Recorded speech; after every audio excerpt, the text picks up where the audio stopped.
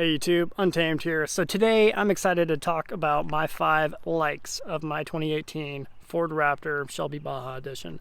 So I'm purposely going to upload this one first, as I do think it's very important to remain critical of your own vehicles, as I think there's very few vehicles out there that can be chalked up to perfect, and the Raptor is not perfect.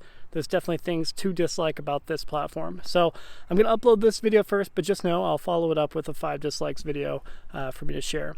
So if you are seeing this video at this point, you would likely know that I have traded in this the Shelby Baja Edition Raptor of mine. So you guys know this is a 2018 and finished in leadfoot gray. This is this is my favorite color that you can get on the Raptor, with the second being lightning blue, as I think that blue just pops like nothing else. So a huge fan of that blue, but the fact that this is the Shelby Baja Edition, it already is beyond gaudy and flashy, too flashy. So perhaps a more subtle color like leadfoot gray here is more appropriate in my opinion. But let's jump to it. Let's talk about my likes. So like number 1, the reason why I bought it, and that is the exclusivity.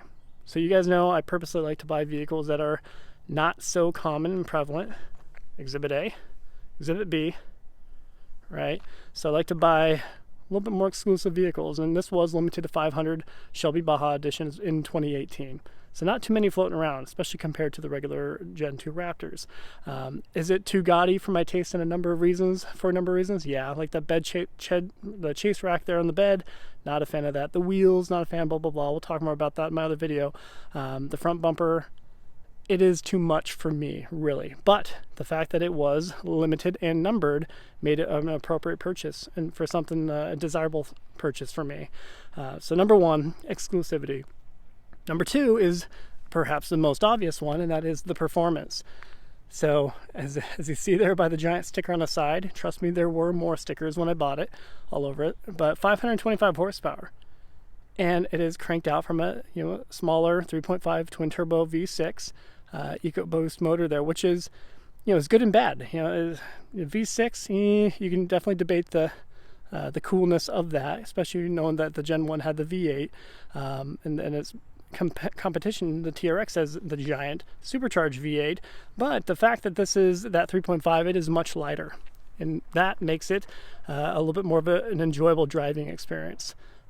So between the horsepower of 525, just being able to really just barely step on the pedal and just rock and roll in this thing, and it's extremely light on its feet, that's where it differs from the Gen 1, and it differs from the TRX in that regard. It feels extremely nimble, and it does not feel as huge as this vehicle really is. So the performance is number 2, but that ties directly into my number 3 reason, and that is the ease of driving.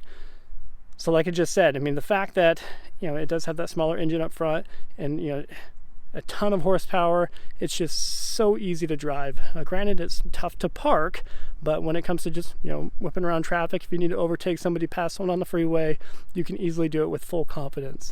So I love the fact that it feels so light on its feet, and that is always going to be a huge plus for the Raptor over its competition.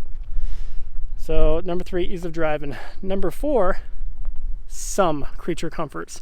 So I have, being a Toyota loyalist, normally I've always appreciated simplicity.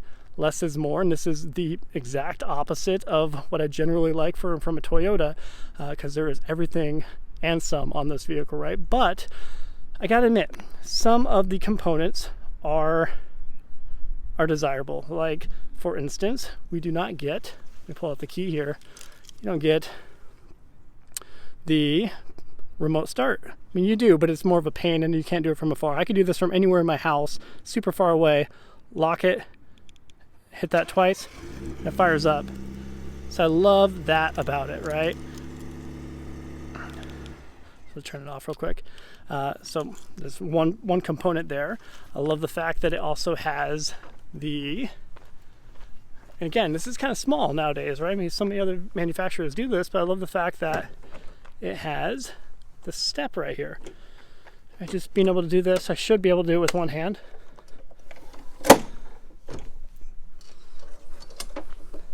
right? We've all seen that a million times at this point, but that is super convenient.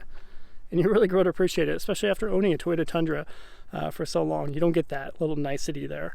Even the new 2022 Tundra does not get that, which is kind of odd, right? And to bring it down, just as easy. Let me make sure I can get you a good focus there. But pop that in. It's even numbered. It is dummy proof. And we're just popping that back up. There you have it.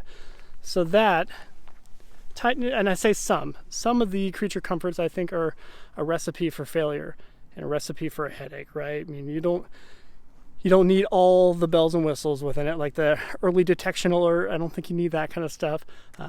Adaptive cruise control, I can take it or leave it.